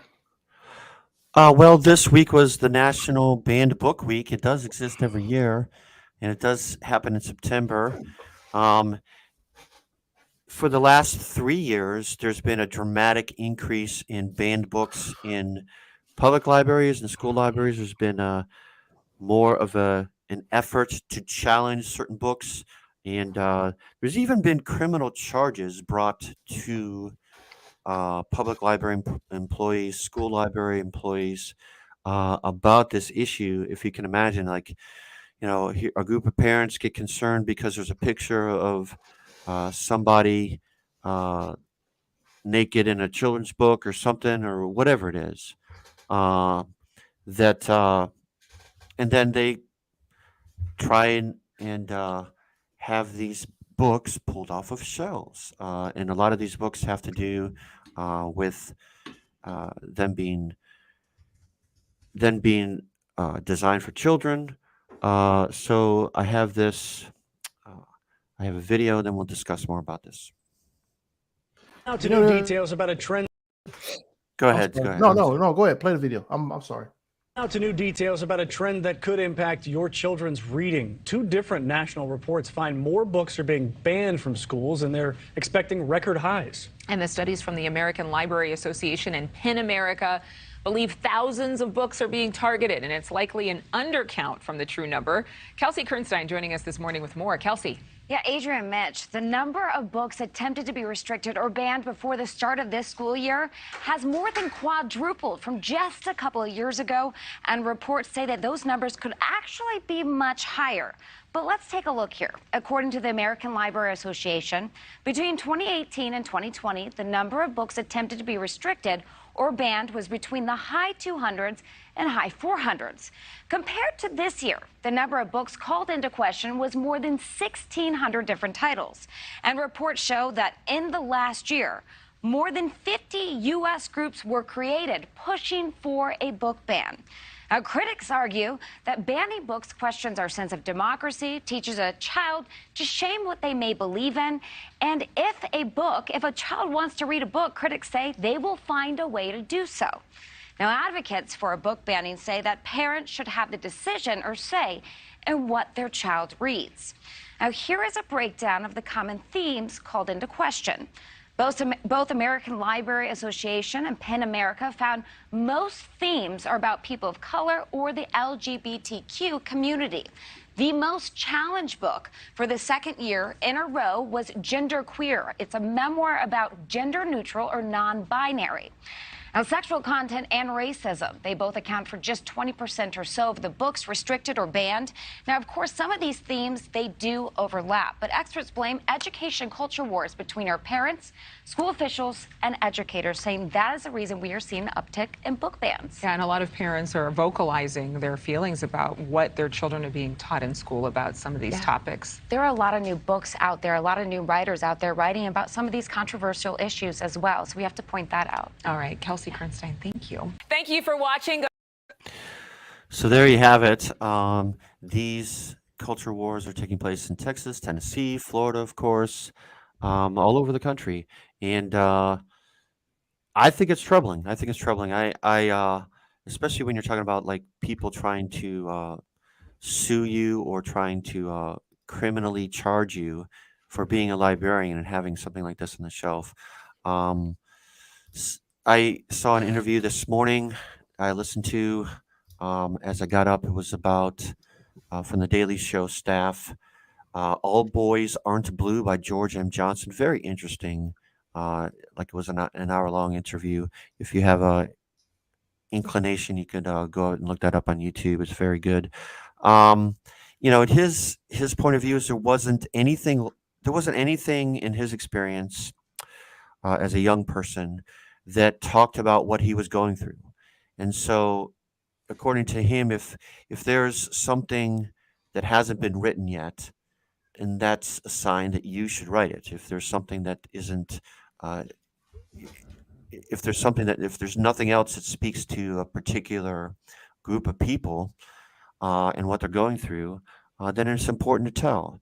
And it is true that more controversial things are being written about, but we see it where people are reactionary and taking it off shelves. Yeah. I mean, there's plenty of things that are on a library shelf or a bookstore shelf or that I don't agree with, and yet I would abhor trying to take it off the shelves. The more information we have, the more that we can educate ourselves, the more we can expose our children to different ideas, the better, I think. And if you want to call me a groomer, then call me a groomer. Yeah. Well, the thing about it is that people have sometimes people again jump on these bandwagon for these divided issues. But George M. Johnson has the second most banned book in the country. The And 19. Is that the 1984 book? No, it's Uh, All it's- Boys Aren't Blue. yeah. So Oh, he, I missed It was written. It was written just in the last couple of years. yeah, 2019. So he's just like really shocked by his book being banned like this and being where it's at. But here's a video with George M. Johnson. A recent USA Today article states that many challenge books focus on communities of color. 1 in 3 books restricted by school districts in the past year featured LGBTQ themes or characters. My first guest, George M. Johnson, is an award-winning non-binary writer, actor, and activist. Their first book, All Boys Aren't Blue, a young adult memoir about their life growing up Black and queer in New Jersey and Virginia, became a New York Times bestseller and was one of Amazon's best books of the year 2020. I spoke to George back in season 2 about the highly anticipated release of their memoir, and this is what was said in our conversation. I was writing the book that the 10-year-old me needed, that the 15-year-old me needed, that the 21-year-old me needed. Going in the process of writing the book, it was really cathartic. There were a lot of wounds that I thought I had healed that I hadn't healed yet. And in telling my story, I got to see how so many people in the world were also going through the same things and hadn't yet been healed from those very same wounds. Well, So Tam fam, 9 months after that interview, George had their memoir removed from school libraries in 8 states. A year later, it grew to 14. Today, All Boys Aren't Blue is number 3 on the American Library Association. Wait. No. Before you applaud, it's number 3 on the list of most challenged books of 2021, meaning they want it removed. As honorary chair of the 2022 Banned Books Week, now through September 24, George says they are fighting back and fighting for the truth that has always existed but rarely gets told. Please welcome New York Times bestselling author George M. Johnson to the show. Thank you. Okay. So I love our audience because when I said number 3 all time, they were like, yes, because that's what we expected, the celebration of this book that was so bold and unapologetic. After that interview, I started to see your name trending on social media and the word banned next to it. You went from being celebrated to reading some of the most violent and vitriolic language that I'd seen. Yeah. How were you processing it? It's bittersweet. And I have to say it's bittersweet because on one hand, I get to watch how the book has healed so many people, how it's changed the lives of so many teen readers, but also how it's changed the lives of so many elderly readers. As I actually did a book club one time with people over the age of 60, 33 people over the age of 60 who had read the book. But then you're watching the other violent side of it where they're removing the book and in essence telling those very same teens that not only does your story not need to exist, but you don't need to exist. Right, and that's the thing with this, it's a memoir. It's your story. So by trying to ban your story, you're trying to ban you. It's your story. Yes. Were you prepared? I mean, I knew, of course, when you write a story like this from different, you know you're going to get some heat. Yeah. But like being on the top list of banned books in the country, were you prepared? Did anyone say, get ready? Yes, I was prepared. I was prepared because I was raised by a woman, my grandmother, Louise Kennedy Evans Elder, who, you know, like old folks always say, you ain't got to get ready if you stay ready. And so I was ready. Like, I knew this book was going to be banned. I've lived in this country long enough to know that there's a reason that my story is doing what it's doing now. There's a reason that those queer writers in the Harlem Renaissance were silenced. There's a reason that we had to have a Stonewall. There's a reason why all of these things have happened to get me to this point. But I knew going into this that the book would be banned, so I was always ready for it. Being at the intersection of Blackness and queerness, you oftentimes have to be ready for a violent response. You almost live in a state of where your mind is always thinking, this thing could happen to me. This thing could happen to me. So it's best that I be prepared for it. I don't like to be reactive. I like to be proactive. So. Yeah. And so proactively, you embrace the ban. Yes. So one of the things that you did on social media was basically like, look, y'all, I was banned here. Yes. Now come and see me here. Yes. So you didn't run from it. No. You know, Toni Morrison didn't run from it, and Baldwin didn't run from it. And so, you know, when you come from that type of stock of authors and you have your ancestors on your side, and I always believe that our ancestors are with us, we can't cower in the face of cowardice, you know? And so I had to be ready for it. So I'm going to leave it there. You guys can check that video out. But the point with that is that no matter what the issue is that people are trying to stop us from talking about, whether it's the LGBT community, whether it's voter rights, whether it's whatever it is, you have to make your position stand strong by making alternative ways of getting it out. He embraced the situation and brought the attention to him. Yep. He brought the intention to make it to where, okay, since you want to stop me, I'm going to make it to where you can still find me. And so we need to do that with everything. I mean, me and Darren had a conversation last night. My issue is a lot about the historical books that are being banned. Like there are schools banning Martin Luther King, our churches, like every church I've been a part of had a Martin Luther King celebration, like speech, sermon, something about Martin Luther King. Yeah. And are they going to stop that now? No, they're going to continue with it. But the thing about it is that we got to start using alternative locations. If libraries are going to be banned by the state to stop showing a book, that doesn't stop allowing the book to be for you to take out a book at a library. The book never stopped being in publication. The books are still being made. So there are people out there that but if it's not on the shelf, then people don't have access to it. You're saying libraries. You can get it from Amazon. You can get it from other places. You can go straight to the publisher. If you talk to this guy, George Johnson, this is Johnson, I can guarantee you he got a stack of books in his closet. So what I'm saying is that you can buy the books. You can buy the books. You can't go to the library and get it. You can't go to your school library and get it. Well, how are little boys? My point is that the problem is access. You and I can and Bria can order it from Amazon. Where's a 14-year-old who has a Christian conservative parents going to get access to this? There are places that they can. You're talking about where can we get it now.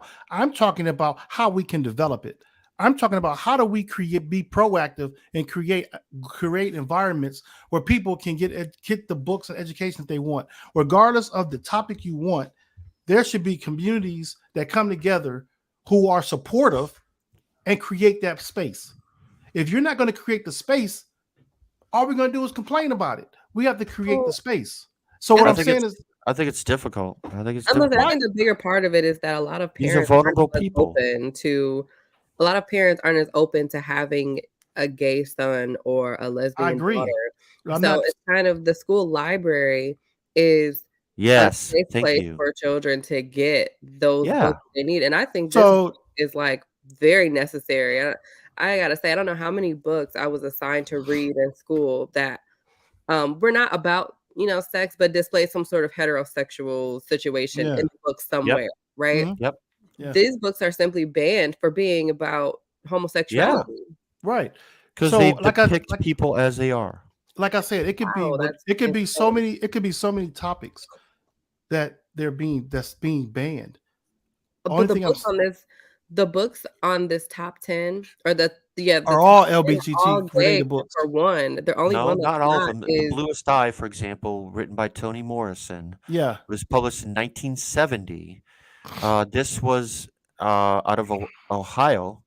The novel takes place in Lorain, Ohio. Morrison's hometown tells the story of a young African-American girl, I'm reading this, named Pecola, who grew up during the Great Depression. It's set in 1941. She dreams about having blue eyes. Right. Okay. So it's a racial component. So that's why it's been banned. So what would happen? What would happen? Diary of a Part-Time Indian is also on that list. So I mean, we're going to keep complaining, but what are your solutions? My solution is, like I was telling Darren last night, you can have a place. You can rent out some space. You could rent out a room somewhere. You yourself, myself, any of us can rent out a space somewhere. We have the internet. Yes, we can have forums. We can have a page just like this to have these discussions. The question is, Well, the here's the main thing, though. concern are children. How are the children getting access to these solutions? When you say children, There's when you several say things here in that are being commented on. Then continue the discussion. The government is ban. If it's a school board that's banning it, that is Okay. government, by the way. that doesn't stop you from buying it and giving it Leanne out. mentions the internet. A lot of times, parents have access to what their children see on the internet. Here's Mark saying his father would have been violent if he had been reading about LGBTQ issues. I mean, This is a real that's your issue. perspective, Dad. If you caught Bryce reading about LGBTQ back in the day, Right. what would you be willing to take him to a club or a place to No. go explore that I sexuality? wouldn't If have. I No. was reading about it, if I was like, Dad, And I I said think I I want to go wouldn't. to this club and it will give me more insight as to who I am in the LGBT community, would you want to even try to even No, explore that option? at that time I wouldn't have. No. But But, I'm but saying, the point, what but the makes you point I'm think that making is parents are gonna be if okay? you had a place, if you had a space to go that was and it was not allowed anywhere, and you had a place to go find it, wouldn't you go find it? Not at 14. No, I would have came home from school and like. So what So I'm right saying, the now, reason why so it's right hard now, for so kids, right though, is now, because How right would you now, know libraries- about it? How would you right know the now, about it libraries at are 14? where I'm saying we're is not talking about adults because adults can go buy Amazon and you're adults look, can go anywhere and get it. But I'm talking about teenagers who are still living with their parents, who rely on their parents for things, kids, little kids who, I how, mean, listen, I read a post that this boy said, I'm gonna ask I you a knew I question. was gay when I was 11 years old when I saw the D'Angelo video. The I got a question. video, he's How 11, would he's 11 years old. How do you? you're looking at if you go backwards, no, the access wasn't there. Going forward, the access can be there. How did you find out about Mocha Moms? I'm an adult. I No, found no, out here, because no, the Hear me president out. approached me at a party. Hear me out. There was a network. There was networking, right? There was networking. There was president asked networking. me, "Hey, do So you want right, to be a part of this so organization?" 2022, more parents are networking for their kids. Is what I'm saying. Good, That's Dad. why, because right now with these banned books, who do you see protesting? It's the adults, not the kids. It's the adults. So the adults, those same adults who network ban the books, why aren't there networks to get books approved? Instead of complaining, these parents are sitting back complaining about it instead of building a network to change some things. Those same parents who's complaining about the banned books aren't coming together to say, you know what? I'm going to rent this hall out next week, this event center, these adults, so I can do an event for racism, LGBTQ, or wherever else you want to talk about. The adults can do that. If you're going to complain about it, why don't these same adults do something about it? Is what I'm saying. They're sitting back complaining when they have access. These parents have access that are complaining. So there's a network that can be built. If there's a network, I think complaining is useful. I'm complaining right now about it, and a lot of people are hearing this, and they're going to do something about it. You're fighting the fact that I said Well, you're what's the complaining. process of That's banning what a I'm book? saying. Like, I got a question because I honestly don't know this. What is the process? Is it goes up as a It like can be a simply just voted the on, or how do library you? board Just do of legislature. your local school. Not even that. Not even a legislature. Doesn't even have to be a legislature. A legislature. These are state and local bans. These are not national bans. It's something about. John said something about a national ban. It's all local level. You can just simply go to your library It's with a not. He list, said it's and not. people have done this. They've gone to a library with a list of books that they get online. They have not read them, by the way, not even opened them to see whatever offensive material is in it, and demand it to be banned. The point I'm making is the people who organize themselves to ban these books are doing exactly what I'm telling people who are complaining about the ban. They organized themselves, they created forms, and they got the books banned. They organized themselves. Organize and get the books reinstated. Why not get the books reinstated? You know, even if that doesn't happen right away of getting them reinstated, you can organize to build spaces to educate people. You can have forms built. You can put things together, gatherings together to where you can hand out the books. Yeah. Is what I'm saying. You have to find alternative ways to do what you're trying to do. They found a way to get it banned. Why can't you find a way to get the information out? And I'm not saying you in particular. I'm saying you as in general. So That's a there's good point. But those I are, mean, but see, the reason why people don't, let me finish this point. The reason why people don't, because they're worried about what people are going to say. They're worried about being vulnerable. They're worried about being attacked. But see, these same young people who are trying to find this information are being attacked currently. But okay, yeah, if you go if you rent a place out and you say, I'm going to rent a space out and I'm going to have George M. Johnson's book there being distributed, people are worried about what's going to happen to them. They're worried about the backlash. I just want to address John's issue here that the title is National Banned Book Week because that's the title of the week that's been determined by the Librarians Association to talk about it as a national issue. It's not that It's not that books are going to be nationally banned. No, that's I know. That's not the point. That's a discussion of the banned books. I mean, I don't. I don't disagree with what you're saying, Lamar. I just think that if it's a library in a free country that's supposed to be a free resource, a public resource, these are public resources. A public school, a public library is a public resource. I just think it's very important that those remain open First Amendment places. And no matter how offensive it is, if you start banning things, and it is not, it becomes a real issue. It's a real issue. It's been an issue, man. Things have been banned for years. You just, again, everything that no matter what policy we come through in life, there's going to be an element where a race issue is going to come out. I look at the situation. Hear me out. I look at the situation. You said, I believe that this should be happening because it's a First Amendment right. That's an entitled perspective, in my opinion. I say that because you feel like, well, why can't I just go to the library and get this book? There are so many things that other people deal with. They had to fight to get access to. They had to fight for it. It was because it was law. Just like these banned books are law. They had to fight through it to change the law. That's the same thing in this situation. You can't look at it like saying, well, because the library is just public place and we can just go in and we shouldn't have this issue. No, that's not reality. Reality is people don't like a certain perspective and they will change it. They don't like the ideology, they will change it. And then what are you going to do? You can't sit back. You got to fight through it. I just don't see how that would. I just don't see what that would look like. So I'm going to go to Amazon, and I'm going to buy The Bluest Eye. I'm going to buy 50 copies of it, and I'm going to have rent out a hall and hand out these books. Not just you, network, organize. Well, I think the point is that it's not. Okay. You're saying organize. Find 50 people that think like you. Find 50 people who want to do the same thing that you want to do. So I'm gonna go with I'm gonna say this. I feel do I not make sense? No, it makes total sense. I think the issue that we're running into is that it is true, and I mean it's true that you shouldn't have to do this. Right.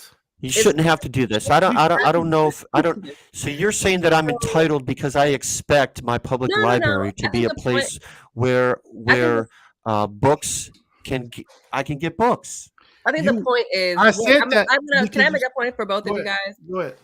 The point is to Darren's point. We shouldn't have to do this because we are American citizens, and while it doesn't necessarily have anything to do with freedom of speech or it has really some more so to do with just being able to have access to certain books that apply to your life, that these books are essential to some kids who are going through something like this and they don't have any other resources. I mean, this is where they're learning about what they're going through. It is a process when you are out and you are in school amongst other students. It's a lot. So, but to that point, but to the other point, to Dad's point, is historically for marginalized groups of people. Go back to John's point. We had to fight to get. I'm talking. We had to fight to get to the point where we have. I'm trying to make a point for your side, Dad. Yeah, I'm listening. You're saying that historically, people who have been discriminated against, the minorities have had to fight to get access. They've had to fight. They had to create these clubs. They had to create these hubs for people to come and get resources. And they shouldn't have to. So and they shouldn't have to have done that. It should have been that. It should have been automatic for them. You're absolutely right. Point to both of you guys like Right. that. I see where both of you guys are coming from, and it's true on both sides. What's the one that John put up and said they organized and you didn't? Where's that one at? Oh gosh. It was a comment John put in. He said they organized, you didn't, they win. Now think about that point for a minute. It's not like we didn't know this was happening. We knew it was happening and nobody countered. They were passive. Local communities have a right to what is in a school library. So okay, right now, we're still talking about how to get them back in the libraries. That can wait. What's your alternative until that happens? Are you going to get parents on board with? I mean, on board. You know, you have a lot small towns though that have the book. Where are these books banned? You're still talking about where, and I'm saying, Bria, because you're saying organized. How are they supposed to get access to it? Have any of you all researched groups that are fighting against banned books? No. Why not? I didn't know about national ban. I didn't even know about this until today. No. What I'm saying is that there are groups that are protesting this right now. Those are the groups you team up with. Those are the groups you network with. You know what I'm saying? I understand what you're saying. I get what you're saying. We're steady complaining about something. That's what every issue. Complaining. No, they are complaining. No, okay. I thought B and Darren are not complaining. No, right. Darren is complaining. We just talked about this. Yes, he just said it. He's making a point. He's saying that by complaining, people are hearing me. Yes, but there's no action being taken, is what I'm saying. So you have to know there's no action being taken. He's not taking action. That's who I'm talking about. You don't know what he's doing. We just had this conversation everything I'm talking about right now, we talked about last night. It was a whole, if you go get back on the bottom line text message last night, you will read all, you would have been prepared for this conversation. That's what we talked about it. I think there are points on both sides to be had. But I get what you're saying. You got to rally in the community to create a space for these books to be read. You got to create a space for access to these books because you can rely on the library to have them. I totally understand. But the reason why it's not happening because people are worried about the backlash. Mm-hmm. They're worried about they're worried about their own identity. That parent who's ashamed of their kid is worried about, well, what are my coworkers going to think? I just organized this event. See what I'm saying? It's a lot of variables there. So the thing that I want to see happen is that regardless of the book, the same thing with the argument what comes with Confederate statues is organization to get things done. I mean, John, you had some really good comments today, John. I ain't gonna lie. Thank you. To get parents on board. I totally agree with this. To get parents on board, show up at a school board meeting. I'm that parent. But you may not. But think about it. You may not get it in your own community. You may have to go to another community. I mean, for instance, let me give you my example. My example would be this: Black books that have been banned. That because I'm a person that really pushes for Black historical content to be, Black history to be put in context, and so I'm always educating on something about a Black historical figure or something of that nature. So when I'm in an area that would be hard for me to put a forum together in my own community to promote something that's Black history, it's going to be hard in my community. So I will have to network with other people that's in maybe my county to come together. And we might have to meet at a different location just so we can get, my whole county is Trump County, basically. It's changing. Yes. No, not anymore. I'm in Lee Summit. It's changing a little bit. But yes, just think about that. And if I want to have these type of conversations, I may not be able to have them to the full extent in my own community. So I might have to team up with other communities to have these conversations and to educate our young kids so they won't be brainwashed and misled with misinformation in their own schools.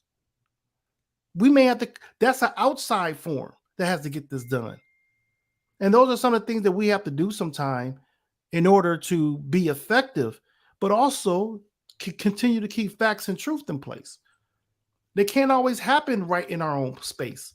When we feel like I understand that you feel like, why should I have to do this? Yeah. Because that's where our country is going. And it wasn't like we were blinded by it. We saw it coming. We've been seeing it coming. We saw it coming since before Obama got in office. But I think the shocker is that it's banned in libraries. I think that's where the shock is coming from, because I mean, look at all of the controversial books that you can find in the library. You know, Right. like there are tons of them. So why is it that you're targeting these kinds of books centered around race, around homosexuality, or just around, you know, sexual orientation? Because Why that's a are big, these the books that are being banned? You know, as opposed to, I mean, there are tons of books in the libraries today across the country that I can think should be banned. You know what I mean? A yeah. ton. Well, So LGBTQ conversations are still taboo in our country, and it's a fight that's gonna ongoing. It's been a fight to where it went from not talking about it to seeing it talked about to seeing a point that where same-sex marriage was allowed to now, now it's like there's this pushback. I That's think our the country ignorance right that's now. there. I think that it's also a really strong element is ignorance. I think that for some reason parents believe reading reading materials about being gay, or reading materials about, you know, having a unpopular sexual orientation is going to somehow influence or cause your child to also be gay, or what, Right. you know what I mean, or change their sexual orientation. And that is not the Right. case. These Right. books are for people who are already gay. Like, if you're gonna Right. be gay, you're gonna be gay. If you're not, you're not. Right. You don't Well, what turn gay because you read or learned about it in school. what bothers me about this case is not about a Turn book. gay, you are either gay or you are not. Yeah, this book, I mean, this situation with George Johnson kind of bothered me because it's not like he wrote a book telling people, what the gay lifestyle, like glamorizing it. His whole thing is talking about his own life, Right. his own memoir of his life, of what he had to deal with. And not only that, what he had to deal with is not only gay issues. So the issues he dealt with can talk about from a vast majority of people. And I feel that that's what was hurtful for him. It's not fictional. This is his life. So anybody should be able to write a book about their own life, regardless of the walk of life it was. Anybody should be able to do that. So, hey, we need to go in and hit to our bottom line. What's your bottom line for today, Bree? My bottom line is sort of to this point. As parents, we have the we have the responsibility of protecting our kids, and protecting them, especially right now, since suicide is so high for young children right now, for and just youth in general. Like, from now, I'm seeing from 8 years old up to, 17, like they're in high school, and kids are committing suicide because they don't feel accepted. They feel alone. They don't feel like they can cope with being different. Mhm. And as parents, we have to do everything that we can to make sure our kids are supported. Because sometimes Yeah. that's all that is needed, is for parents to be more involved and be more supportive of their kids. Yeah. I have 2 young children. I have a 4-year-old and I have a 2-year-old. She'll be 2 in a few weeks. And one of my fears as a parent is that I'm not gonna be there in the way that my children need me to be there. So Yeah. I'm taking steps now to make sure that whatever decisions they make in life, within reason, like don't be a serial killer or anything, but and with that, whatever decisions they make in life, I am there to support them, and I'm not pushing back on things that have to do with their sexual orientation or their life. You know what I mean? Guide them as a parent, obviously, but if this is who they are, Mhm. then you need to support them. If it takes you going to Amazon and buying a book so that they can read about an experience from somebody that has the same experience as them, growing up gay, growing up having a different sexual orientation than your peers, you need to get on Amazon and buy that book. If they're expressing interest in something and it's 2022, you got to get on board. These kids are taking their lives because they don't feel like they're being supported. They don't feel like they feel like they're alone in this, and that can be a heavy burden. Mhm. So I think as parents, we just got to do what it takes. So I do applaud the parents who are pushing back against these book bans, who are speaking out against it, who are protesting and trying to, be there for their kids. Be there for your kids.